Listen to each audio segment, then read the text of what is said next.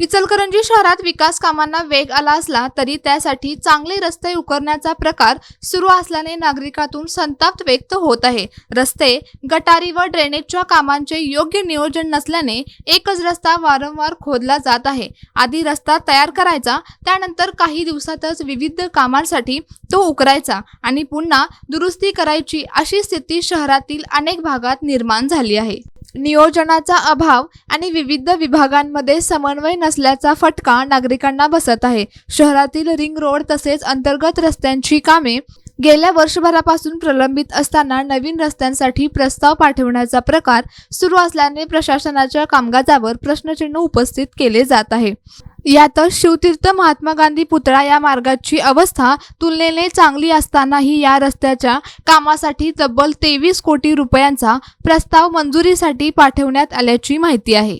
त्यामुळे चांगला रस्ता पुन्हा उकडून त्यावर कोट्यवधी रुपये खर्च करण्याची गरज काय, असा सवाल नागरिकांकडून उपस्थित केला जात आहे। शहरातील खराब रस्ते दुरुस्तीला प्राधान्य न देता चांगल्या रस्त्यांवर खर्च करण्यामागे नेमका उद्देश काय, अशी चर्चा सुरू आहे।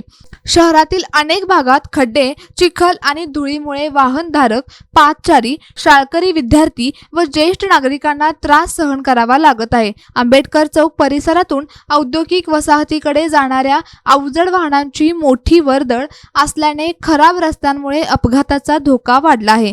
रिंग रोड आणि अंतर्गत रस्त्यांची कामे रखडल्याने वाहतुकीचा प्रश्नचिन्ह गंभीर झाला आहे। शहरातील वर्षभरापासून प्रलंबित असलेला रिंग रोड तसेच अंतर्गत रस्त्यांची कामे तातडीने पूर्ण करावीत, त्यानंतरच चांगल्या अवस्थेतील रस्त्यांच्या नव्या कामांना मंजुरी द्यावी, अशी मागणी नागरिकांकडून होत आहे। विकास कामे आवश्यक असली तरी त्यासाठी दूरदृष्टीने नियोजन, विभागांमध्ये समन्वय आणि निधीचा काटेकोर वापर होणे गरजेचे आहे। अन्यथा विकासाच्या नावाखाली रस्ते उकरणे हाच प्रशासनाचा धंदा झाला आहे, अशी संतप्त प्रतिक्रिया नागरिकातून व्यक्त होत आहे।